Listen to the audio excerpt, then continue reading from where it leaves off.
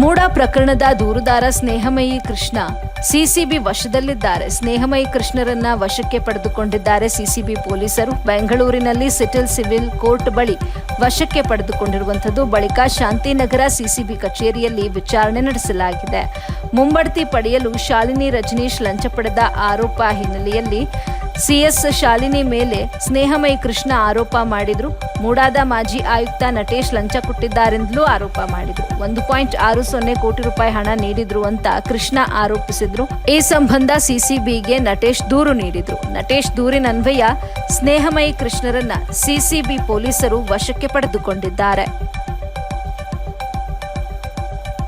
ಮೂಡಾ ಪ್ರಕರಣದ ದೂರುದಾರ ಸ್ನೇಹಮಯಿ ಕೃಷ್ಣ ಸಿಸಿಬಿ ವಶದಲ್ಲಿದ್ದಾರೆ. ಸ್ನೇಹಮಯಿ ಕೃಷ್ಣರನ್ನ ವಶಕ್ಕೆ ಪಡೆದುಕೊಂಡಿದ್ದಾರೆ ಸಿಸಿಬಿ ಪೊಲೀಸರು. ಬೆಂಗಳೂರಿನಲ್ಲಿ ಸಿಟಿಲ್ ಸಿವಿಲ್ ಕೋರ್ಟ್ ಬಳಿ ವಶಕ್ಕೆ ಪಡೆದುಕೊಂಡಿರುವಂಥದ್ದು. ಬಳಿಕ ಶಾಂತಿನಗರ ಸಿಸಿಬಿ ಕಚೇರಿಯಲ್ಲಿ ವಿಚಾರಣೆ ನಡೆಸಲಾಗಿದೆ.